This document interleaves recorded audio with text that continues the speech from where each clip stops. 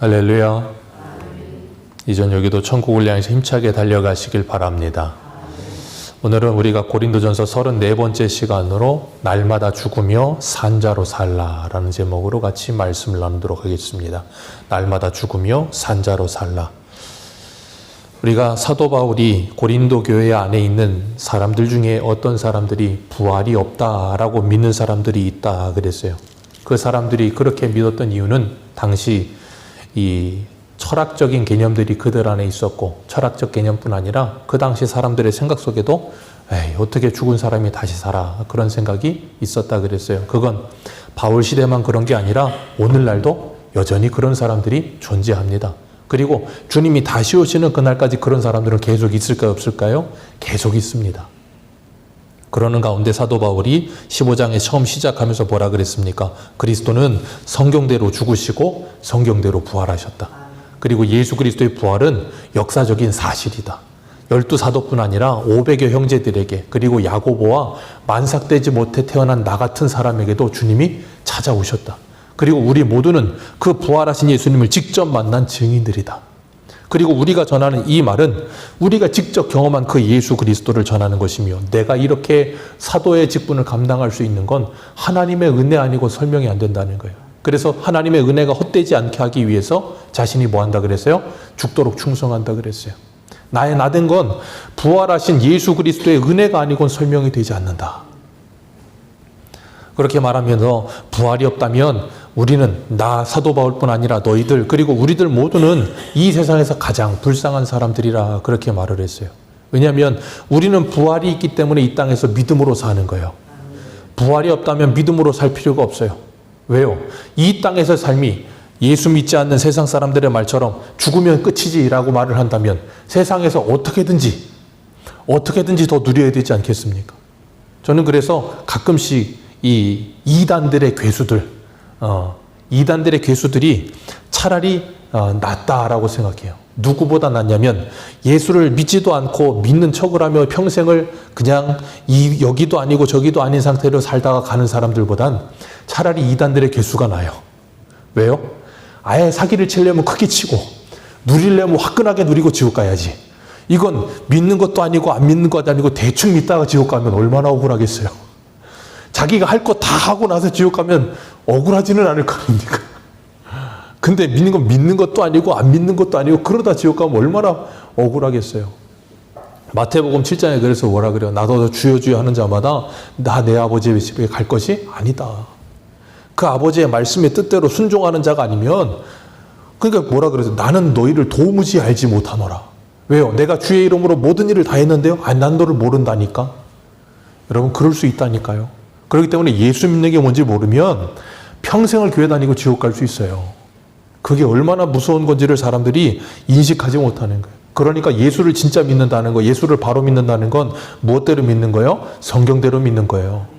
성경대로 예수를 믿는다면 우리는 성경 속에 있는 믿음의 사람들, 그들의 삶과 우리의 삶이 크게 다르지 않아요. 우리 믿음의 선조들, 처음에 우리나라에 대한민국에 복음이 심겨지고 예수를 영접한 하나님의 사람들의 삶이 지금 우리의 삶하고는 너무 다르잖아요.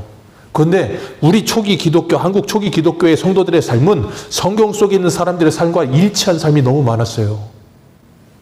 근데 그때 당시엔 성경에 있는 사람, 믿음의 사람들의 삶과 일치하는 게 많았는데 왜 지금은 일치하지 않느냐고요? 시대가 바뀌어서요? 아니요. 제가 늘 말씀드리잖아요. 믿음이 없어서예요. 그렇기 때문에 우리가 이 땅을 살면서 성도답게 거룩하게 말씀으로 사는 이유는 딱 하나예요. 이걸 믿기 때문이에요. 믿지 않으면, 여러분 생각해 보세요. 이 세상에 누릴 게 얼마나 많고 즐길 게 얼마나 많습니까? 그거 다 누리고 즐기며 살아야죠. 근데 우리는 그렇게 살지 않잖아요. 왜요? 성도니까요. 거룩하게 구별된 하나님의 사람들이니까요. 그래서 세상 사람들과 똑같이 다 누리고 다 모든 걸 다 하며 살지 않아요. 오늘 20절에 보면 그러나 라고 시작합니다. 그러나 시작하면서 반전이죠. 이제 그리스도께서 죽은 자 가운데서 다시 살아나사 잠자는 자들의 뭐가 되셨다고요? 첫 열매가 되셨다. 왜요? 19절에 뭐라 그랬어요? 세상의 산뿐이라면 모든 사람 가운데 우리가 더욱 불쌍한 자들이다. 그러나 우리는 불쌍하지 않다. 왜요? 예수 그리스도가 부활하셨고 부활의 첫 열매 되셔서 우리도 그 첫 열매 되신 예수 그리스도처럼 부활할 거라는 걸 믿기 때문에 우리는 세상에서 불쌍한 사람들이 아니고 세상에서 제일 영광스러운 사람들이라는 거예요. 성도는 이거를 믿는 사람들이에요. 이걸 믿지 못하면 성도는 평생을 세상 사람 부러워하며 삽니다. 기억하세요. 이거 못 믿으면 예수 믿는다고 하고 교회 다니면서도 평생 세상 사람 부러워하며 살아요. 그러니까 세상 사람처럼 누릴 거 다 누리고 가질 거 다 가지게 해달라고 날마다 교회 와서 하나님께 기도하는 거예요. 하나님은 우리에게 다 줬는데. 로마서 8장에 주님 뭐라 그러세요? 아들을 주신 그 하나님께서 그 아들을 주신 하나님께 너에게 어떤 것이든지 주시지 않겠느냐. 근데 그 하나님이 안 주신다면 안 주실 만한 이유가 있는 것 아니겠느냐는 거예요. 근데 우리는 하나님의 모든 것인 그 아들을 받았음에도 불구하고 자꾸 뭐라 그래요? 지엽적이고 쓸데없는 것이 없다고 자꾸 하나님께 불평하면서 그거 안 주면 하나님께 막 화를 내요. 하나님은 하나님의 모든 것을 주셨는데. 그렇기 때문에 우리가 정말로 부활을 믿는다면 그 부활을 믿는 믿음은 요한일서 5장의 말씀처럼 이 세상을 어떠하는 믿음이에요? 이기는 믿음이에요. 예수님이 요한복음 16장 33절에 이렇게 말씀하셨죠. 이것을 너희에게 이르는 것은 너희로 내 안에서 평안을 누리게 하려 함이라. 세상에서 너희가 환난을 당하나 담대하라. 내가 세상을 이겼느니라.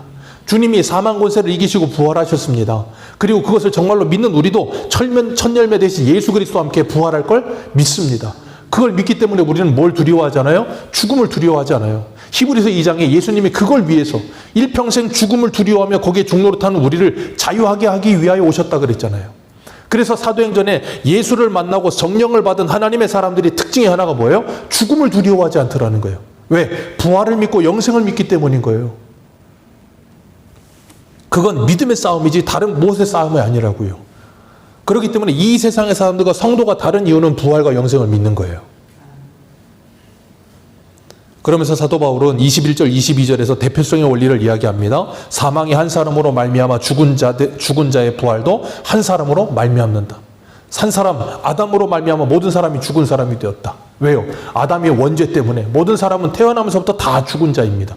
그러나 한 사람 예수 그리스도 안에서 모든 사람은 뭘 얻었다고요? 삶을 얻었다. 기억하십시오. 이 삶을 얻었다는 건 두 가지예요. 예수 그리스도로 말미암아 생명을 얻었다, 영생을 얻었다는 말이에요. 그리고 또 하나가 뭐예요? 말 그대로 삶을 얻은 거예요. 생활을 얻은 거예요. 그래서 예수 그리스도를 믿고 구원받은 우리는 로마서 6장에 말씀하는 것처럼 새 생명 가운데서 살게 하려 하심이라 그랬어요. 예수 그리스도를 믿는 삶을 살게 하시려고 우리를 구원하셨다고요.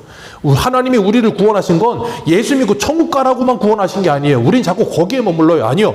예수 믿고 천국 가는 하나님의 백성답게 살라고 부르셨어요. 근데 오늘날 우리에게는 그 삶이 없어요. 그게 문제인 거예요.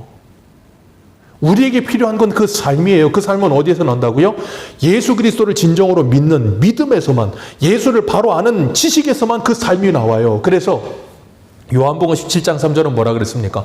하나님과 그 아들 예수 그리스도를 아는 것이 곧 뭐라고요? 영생이니라. 하나님과 예수 그리스도를 바로 알아야 돼요. 바로 알지 못하면 영생의 삶을 살지 못해요. 그래서 그 지식이 없으면 망하는 거예요. 그래서 우리가 뭐예요? 성경을 읽고 배우는 거예요. 왜? 삶을 살기 위해서. 그러니까 성경을 읽고 배우면서 삶이 없다면 그건 잘못된 신앙인 거예요. 그렇기 때문에 우리가 정말 첫사람 아담 통해서 모든 사람이 사망이 왔던 것처럼, 그래서 창세기 5장에 보면 아담의 족보가 나옵니다. 누구는 누구를 낳고 몇 세를 살았고 죽었더라. 누구는 누구를 낳고 몇 세를 살고 죽었더라. 거기는 5장 전체가 그 얘기만 나와요. 그러니까 아담의 후손은 태어나서 살다가 누구 낳고 죽으면 끝이에요. 근데 마태복음 1장에 보면 누구의 족보가 나와요? 예수 그리스도. 아브라함과 다윗의 자손 예수 그리스도의 계보라 그러면서 족보가 나온다고요. 그 족보에는 누가 누구를 낳았고 누가 누구를 낳았고만 있지 죽음이 없어요. 왜? 예수 그리스도 안에 있는 사람에게는 죽음이 없기 때문이에요. 예수 그리스도 안에 있는 사람에게는 영생만이 있습니다. 그렇기 때문에 그 영생의 삶을 사는 이 땅에 사는 사람들은 뭐예요? 그 삶을 살아가는 거예요. 그래서 로마서 5장에 보면 죽음은 사망이 너희 안에서 왕노릇한 것처럼 예수 그리스도로 말미암아 생명이 너희 안에서 왕노릇하느니라. 그 생명이 뭐예요? 하나님의 은혜가 왕노릇하는 삶을 살게 한다는 거예요. 그렇기 때문에 예수 믿기 전의 삶과 예수 믿은 후의 삶이 달라지는 거예요. 왜? 주인이 바뀌니까요. 사망이 주인이었다가 생명이 주인이 되는 거예요. 그래서 23절 같이 읽겠습니다. 오늘 보면 23절입니다. 같이 읽습니다. 시작.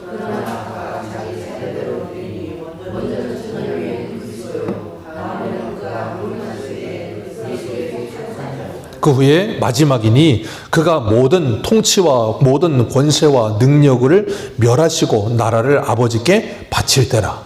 여기 말하면서 모든 통치와 권세와 능력을 뭐 하신다? 멸하신다. 그래서 누가복음 1장에 보면 예수 그리스도가 오시면 뭐 한다고? 철장을 가지고 만국을 다스리시리라 그러잖아요. 철장을 가지고 만국을 다스린다는 말씀이 시편 2편에도 나와요. 그러니 너희들은 빨리 뭐 하라냐면 그 하나님의 아들에게 입맞추라 그렇게 말하고 있어요. 그거 하지 않으면 너희들은 뭐 한다? 다 하나님께서 심판하실 것이다. 그 심판의 주로 예수 그리스도가 오실 거라는 거예요. 그 날이 온다는 거예요. 그러면서 25절에 뭐라 그래요? 그가 모든 원수를 그 발 아래 둘 때까지 반드시 뭐 하리라? 왕노릇 하시리라. 시편 110편에 다윗이 한 말이거든요. 시편 110편 1절에 여호와께서 내 주에게 말씀하시기를, 다윗이 이렇게 표현해요. 여호와께서 내 주에게 말씀하시기를. 다윗이 왕 때예요. 근데 다윗이 주라고 부르는 분이 있고 여호와라고 부르는 분이 있다고요. 무슨 말인지 이해하시겠어요? 그러면 여호와께서 내 주께, 그 주가 누굴까요? 예수 그리스도. 다윗이 오시지도 않은 예수 그리스도를 어떻게 할까요? 성령으로 말미암아. 다윗의 지혜로 아는 게 아니라 성령으로 말미암아 그런 고백을 하는 거예요. 여호와께서 내 주에게 말씀하시기를 네가 내 원수들을 내 발판에 되게 하기까지 너는 내 오른편에 앉아 있으라 하신다고요. 한 군데만 더 보겠습니다. 빌립보서 2장 한번 보세요. 빌립보서 2장 10절.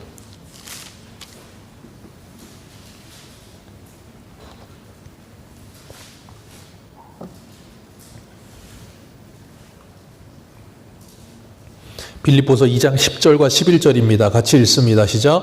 하늘에 있는 자들과 땅에 있는 자들과 땅 아래 있는 자들로 모든 무릎을 예수의 이름에 꿇게 하시고 모든 입으로 예수 그리스도를 주라 시인하여 하나님 아버지께 영광을 돌리게 하셨느니라. 아멘. 이게 뭐예요? 모든 원수들이 그 발 앞에 엎드리게 하겠다. 그게 지금 일어나고 있다는 거예요. 어떻게 일어날까요? 예수 그리스도를 믿는 저와 여러분을 통해 일어나고 있는 거예요. 하나님의 통치는 하나님의 나라에서만 일어납니다. 그렇잖아요. 왕으로 인정되는 곳에서만 통치가 일어나는 거예요. 우리나라 대통령 지금 이제 뽑히겠지만 뭐가 있을까요? 아무리 미국의 트럼프 대통령이 힘이 강하다 그래도 그 사람이 다른 나라 가서 통치할 수 없어요. 그 나라에 아무리 작은 나라 그래도 그 나라에도 대통령이 있으면 그 나라는 그 대통령이 통치하는 거예요. 그런 것처럼 예수님 말씀하셨습니다. 하나님의 나라는 여기저기 있지 않고 너희 안에 있다. 그래서 예수 그리스도를 영접한 사람은 하나님의 나라가 되어 누구의 통치를 받아요? 예수 그리스도의 통치를 받는 거예요. 어떤 통치를 받아요? 말씀의 통치를 받습니다. 그 말씀을 누가 깨닫게 하세요? 성령께서 깨닫게 하세요. 그래서 빌립보서 우리 찾으신 김에 빌립보서 2장 13절 다시 볼까요? 12절까지 읽었는데 13절 읽습니다. 2장 13절 시작. 그러므로 13절 시작. 너희 안에 행하시는 이는 하나님이시니 자기의 기쁘신 뜻을 위하여 너희에게 소원을 두고 행하게 하시나니. 아멘. 너희 안에 행하시는 이는 누구라고요? 하나님이요. 그분이 너희들을 통치하신다. 어떻게 해요? 자기의 하나님의 기쁘신 뜻을 위하여 너희에게 뭘 두고? 소원을 두고 행하게 하시느니라. 기억하세요. 하나님의 뜻을 우리에게 뭘로 두신다고요? 소원으로. 그러니까 예수를 믿고 구원받은 우리는 성령으로 말미암아 변화되고 나면 우리의 소원이 있어요. 그게 뭡니까? 우리의 소원이 있어요. 그게 뭐예요? 에베소서 1장에 말씀하시잖아요. 하늘과 땅에 있는 모든 것이 예수 그리스도 안에서 통일되게 하려 하심이라. 그게 우리의 소원이 되는 거예요. 그게 어떻게 일어납니까? 하나님의 나라와 하나님의 뜻. 그래서 예수님이 주기도문을 가르치면서 그 하나님의 나라가 이 땅에 이루어지고 하나님의 뜻이 이 땅에 이루어지게 해달라고 기도하라 그랬잖아요. 그러니까 성도는 예수를 믿으면 기도가 바뀌는 거예요. 소원이 바뀌는 겁니다. 인생의 목적이 바뀌는 게 그게 뭐예요? 새 사람이요. 성령께서 우리 안에 말씀으로 가르치시면서 끊임없이 그 소원을 두고, 그러니까 우리가 하나님의 말씀이어서가 아니라 말씀을 듣고 성령으로 말미암아 감화를 받은 성도는 소원이 생기는 거예요. 소원. 그래서 성령이 오셨네 우리에게 뭐하게 하신다고요? 그 나라를 꿈꾸게 하시네. 그 이사야 11장에 있는 그 나라를 꿈꾸면서 이 땅에 하나님의 나라가 이루어져서 더불어 함께 살게 하시는, 그래서 강한 자들이 약자들을 억압하지 않고 약자들과 강아들이 공존할 수 있는 그런 나라. 그래서 로마서 15장에 뭐라 그랬습니까? 너희 강한 자들은 약한 자들의 뭘 담당하라? 약점을 담당하라. 너희들의 기쁨이 아니라 그들의 기쁨을 위하여 그들을 뭐하라? 받으라. 그리스도께서 너희들을 받음으로 하나님께 영광이 된 것처럼 너희도 서로 받아 하나님께 영광을 돌리라. 그게 뭐라고요? 하나님의 나라. 그걸 우리에게 꿈꾸게 하신다고요. 그래서 내 가정이 그런 나라가 되기를, 이 교회가 그런 나라 되기를, 성령으로 말미암아 하나님의 자녀가 된 예수 그리스도를 믿는 사람들은 그런 꿈을 가지고 이 교회를 다니게 되는 거예요. 그런 꿈이 없다면 우리는 이 교회를 다닐 이유가 없는 거예요. 왜요? 그런 나라를 이루기 위한 게 아니라 나의 나라를 이루기 위해서 다닌다면 우리는 하나님과 적대적인 나라를 만드는 삶을 살 수밖에 없어요. 그래서 성령께서 우리 안에 임하시면 우리에게 새로운 삶이 시작되는 거예요. 말씀을 통해서 그걸 날마다 우리에게 가르쳐 주시는 겁니다. 그래서 그 말씀으로 말미암아 통치를 받아요. 그래서 로마서 14장에 뭐라 그랬어요? 우리가 살아도 주를 위해 살고 죽어도 주를 위해 죽나니 사나 죽으나 우리는 주의 것이라. 그리스도께서 이것을 위하여 십자가에 죽으시고 다시 살아나셨느니라. 뭘 위해서? 주 예수 그리스도를 위해서만 살게 하시게 하기 위해서. 그래서 로마서 10장 31절에 뭐라 그래요? 우리가 먹든지 마시든지 무엇을 하든지 다 하나님의 영광을 위해서 살아가라. 그게 하나님의 뜻이에요. 그게 하나님의 계획입니다. 예수 그리스도를 통해서 이루시고 우리를 통해 성취하실 그 하나님의 나라. 그걸 위해서 우리가 뭐하고 있어요? 그 말씀에 순종하며 복종하는 삶을 살고 있는 거예요. 그리고 오늘 본문에 보면 28절 같이 읽습니다. 시작. 만물이 그에게 복종하게 하실 때에는 아들 자신도 그 때에 만물이 자기에게 복종하게 하신 이에게 복종하게 되리니 이는 아멘. 만물이 그에게 복종하게 하실 때에는 아들 자신도 그에게 복종하게 될 때가 온다. 그 아들이 누구예요? 예수 그리스도. 그 하나님 아버지께 복종하게 될 날이 온다는 거예요. 언제요? 주님이 강림하시는 그날에. 만물이 그에게 복종하게 될 날이 옵니다. 그래서 로마서 8장에 보면 19절에 이런 말 하잖아요. 피조물이 고대하는 바는 하나님의 아들들이 나타나는 것이라. 하나님의 아들들이 나타나기를 이 만물이 지금 고대하고 있어요. 그러면서 피조물이 허무한데 굴복하는 것은 자기의 뜻이 아니요 오직 굴복하게 하신 이로 말미암아 그 바라는 것은 피조물도 썩어짐의 종로로 타는 데서 해방되어 하나님의 자녀의 영광에 하나님의 자녀들의 영광의 자유에 이르는 것이라. 피조물이 다 함께 탄식하며 함께 고통을 겪는 것이 우리도 그것을 아는 것이라. 그러니까 지금 이 우주 만물이 다 뭘 기다리고 있어요? 하나님의 아들들이 나타나기를. 그래서 주님이 다시 오시기를. 그래서 이 세상이, 이 죄악된 세상이 끝나고 하나님의 새로운 나라가 시작되기를 뭐하고 있어요? 간절히 고대하고 있다고요. 누구요? 이 피조물도요. 이 꽃들도요. 그런데 예수를 믿는다고 하는 우리가 그 나라를 꿈꾸지 않는다면 어떻게 된 거냐고요. 그러면서 29절에 만일 죽은 자들이 도무지 다시 살아나지 못한다면, 부활이 없다면 죽은 자들을 위하여 세례를 받는 자들은 무엇을 하느냐? 어찌하여 그들을 위하여 세례를 받느냐? 이게 당시에 사도 바울 당시 초대교회에 복음이 제대로 선포되지 않았고 복음을 들은 지 얼마 되지 않은 사람들이 아직 복음에 대해서 제대로 몰랐었기 때문에 뭐 했냐면 자기는 예수를 믿고 구원받아 천국 백성이 됐다고 하는데 내 앞에 아직 예수를 믿지도 못했었고 복음을 들어보지도 못하고 죽은 사람들이 있을 거 아닙니까? 그들이 안타까우니까 그들을 위해서 뭐 하는 일이 있었냐면 살아있는 사람들이 대신 세례를 받는 일들이 있었다고요. 그게 결코 성경적인 게 아니라 말도 안 되는 비성경적인 이야기예요. 근데 사도 바울이 그 당시에 그런 사람들이 있었는데 그들이 왜 그런 일을 하느냐는 거예요. 죽은 사람을 위해서 왜 세례를 받겠습니까? 어떤 마음으로 그런 일을 하겠습니까? 마치 천주교가 연보하는 거 똑같은 거예요. 왜? 연옥에 있는 사람들 한 계단씩이라도 뭐 하라고? 천국 가라고. 그러니 죽은 사람들도 부활한다는 생각이 있으니까 그 사람들도 예수 믿고 부활해서 영생을 얻게 하기 위해서 대신 세례를 받는 사람들이 있었다는 거예요. 너희들 그런 거 왜 하는 거냐? 아무리 그래도 너희들이 뭔가 죽은 사람들도 좀 내세가 있다는 걸 알기 때문에, 부활이 있다는 걸 알기 때문에 그런 거 하는 거 아니냐? 근데 그런 건 하면서 부활을 안 믿는다고? 이건 말도 안 되는 일 아니냐? 그 말 하는 거예요. 이 29절의 말이 옳았다 그 말이 아니라 너희들이 그런 말도 안 되는 일이지만 그런 걸 하는 이유가 그런 건데 부활을 왜 안 믿느냐는 거예요. 그러면서 부활이 없다면 우리가 언제나 위험을 무릅쓰리요. 목숨 걸고 우리가 이 복음을 전하는 일을 뭐 하려고 하겠냐? 아니, 한 번 죽으면 끝인데 왜 목숨 걸겠냐? 부활이 있으니까 그런 거 아니겠느냐? 그러면서 바울이 고린도후서 11장에 보면 얼마나 많은 이 위험을 당합니까? 수많은 고난을 당하고 위험을 당하고 죽을 고비를 수없이 많이 넘깁니다. 그러면서도 바울이 그 모든 일을 감당해요. 왜요? 부활과 영생이 있기 때문에. 그 하나님의 나라가 있기 때문에 그게 가능했던 거예요. 그걸 사도 바울이 두 절로 줄인 게 로마서 8장 17절 18절이에요. 우리 로마서 8장 17절 보겠습니다. 로마서 8장 17절.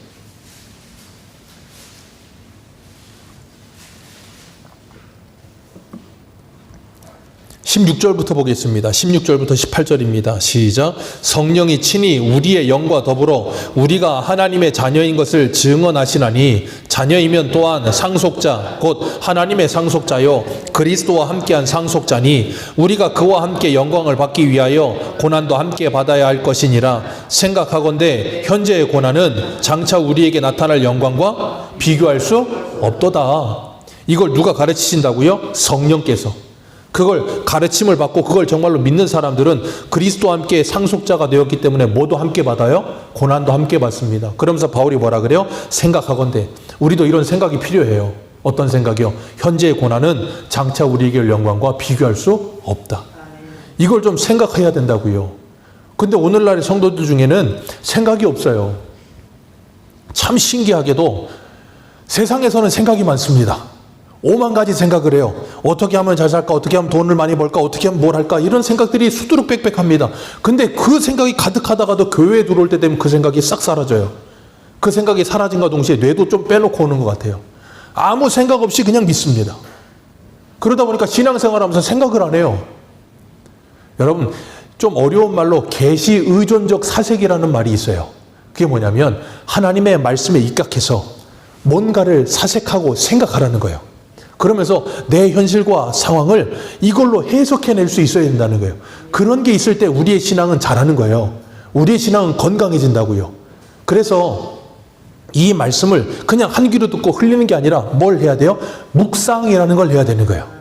묵상은 뭐 하는 겁니까? 소가 여물을 계속 그냥 되돌려서 씹듯이 하나님의 말씀을 되짚어 보는 거예요. 마치 베레아 사람들처럼. 그러한가 하여 성경을 확인해보고 상고해보고 그러면서 그것이 진리라면 뭐 하는 거예요? 거기에 올인하는 거예요. 근데 그게 없는 거예요. 그러니까 뭐예요? 예배는 예배고 삶은 삶인 거예요. 예배가 아무런 삶에 영향을 미치지 못하고 하나님의 말씀이 아무런 영향을 미치지 못하는 거예요. 왜? 생각이 없으니까. 왜 그래요? 세상이 그렇게 만들어요. 오늘날의 세상은 우리의 생각을 자꾸 뺏어갑니다. 생각 없이 살게 만들어요. 직관적으로 그냥 보이는 대로 그냥 그 즉시 느낌대로 보이는 대로 살아요. 오늘날의 젊은 사람들이 오늘날 사람들이 다 그렇잖아요. 왜? 미디어 시대다 보니까 보이는 게 전부야. 보이지 않는 건 없어야 돼.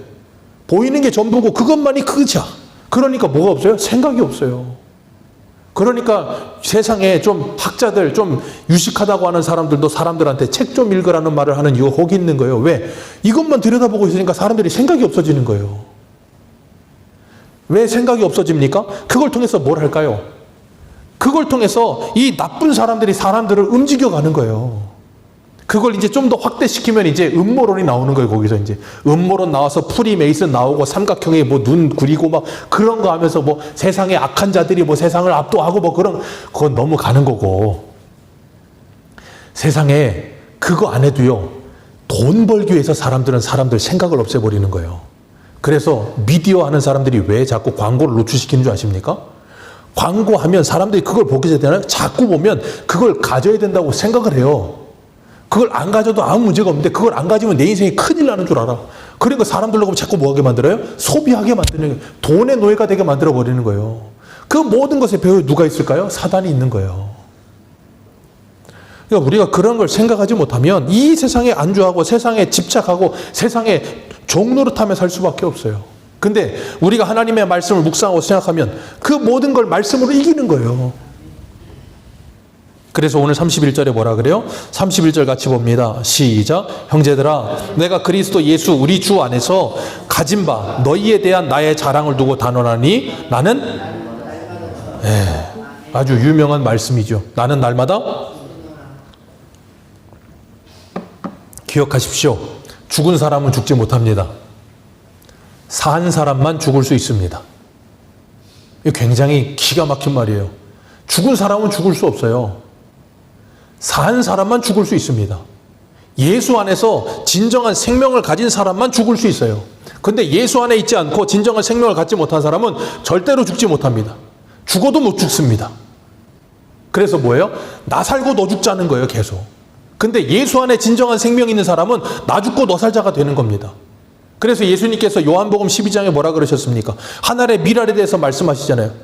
내가 진실로 너에게 이르노니 한 알의 밀이 땅에 떨어져서 죽지 않으면 한 알 그대로 있고 죽으면 많은 열매를 맺느니라. 예수님께서 이 땅에 한 알 밀알 되기 위해 오셨어요. 그래서 많은 열매를 맺으셨습니다. 그리고 우리에게도 그 생명을 주시고 뭐 하게 하셨어요? 한 알의 밀알이 되게 하시는 거예요. 그래서 가서 뭐 해야 되는 거예요? 죽어야 되는 거예요.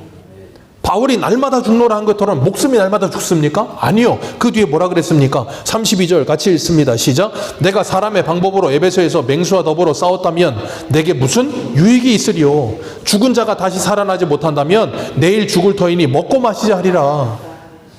바울이 뭐가 죽었다고요? 성격이 죽는 거예요. 자존심이 죽는 겁니다. 내 고집이 죽는 거예요. 내 이 안에 있는 이 자아가 죽는 거예요. 왜요? 예수의 생명이기 때문에 할 수 있는 거예요. 그거 없으면 못합니다. 왜요? 세상 사람들 뭐라 그래요? 자존심 빼면 시체라 그러잖아요.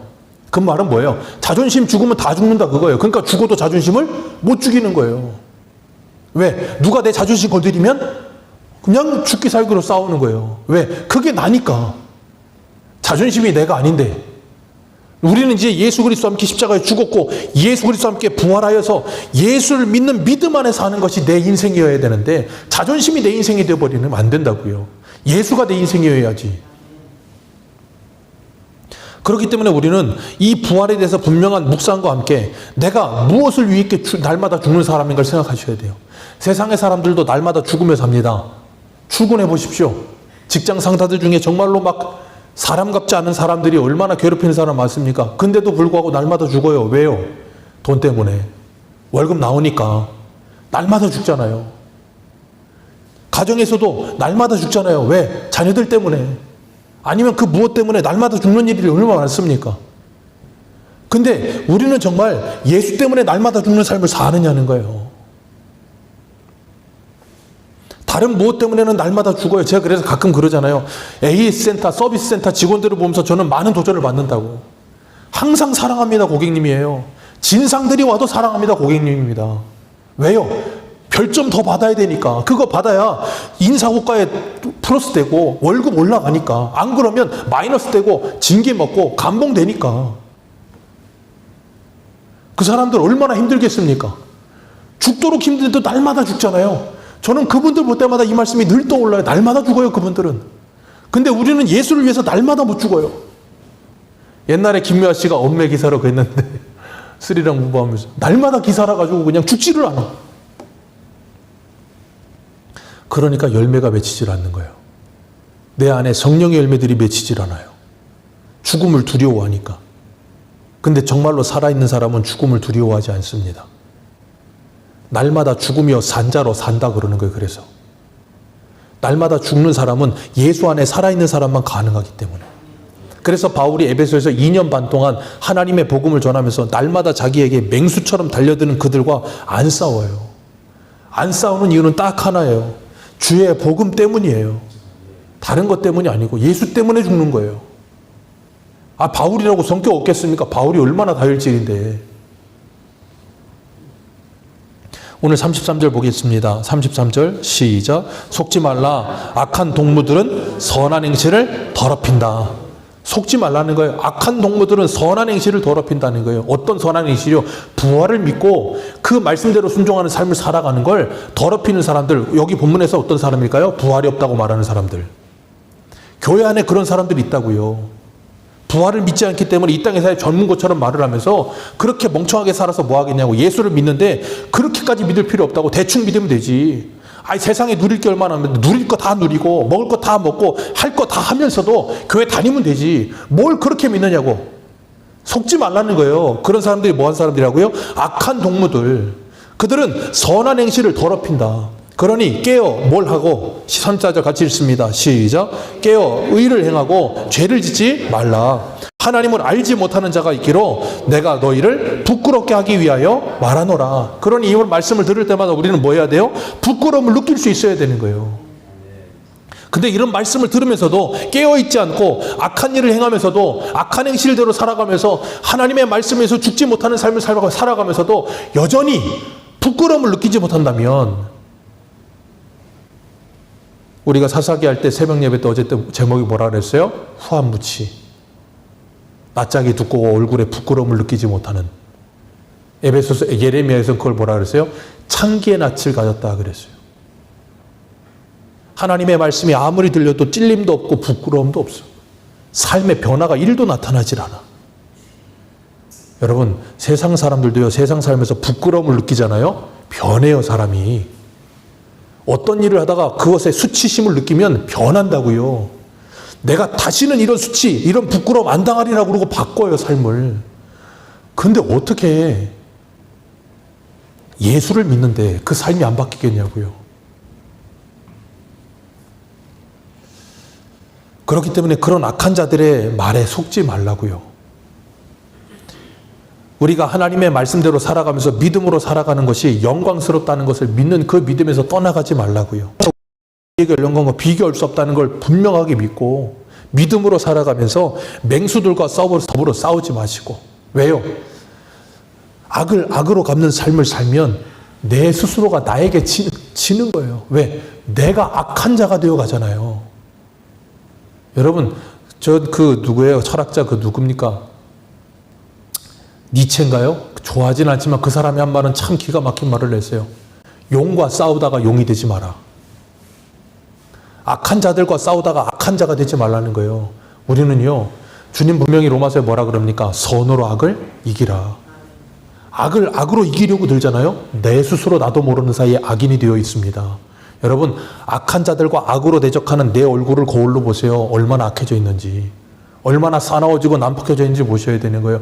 그리고 정신 차려야 되는 거예요. 그리고 부끄러움을 느껴야 되는 거예요. 아, 내가 이렇게 살아서는 되지.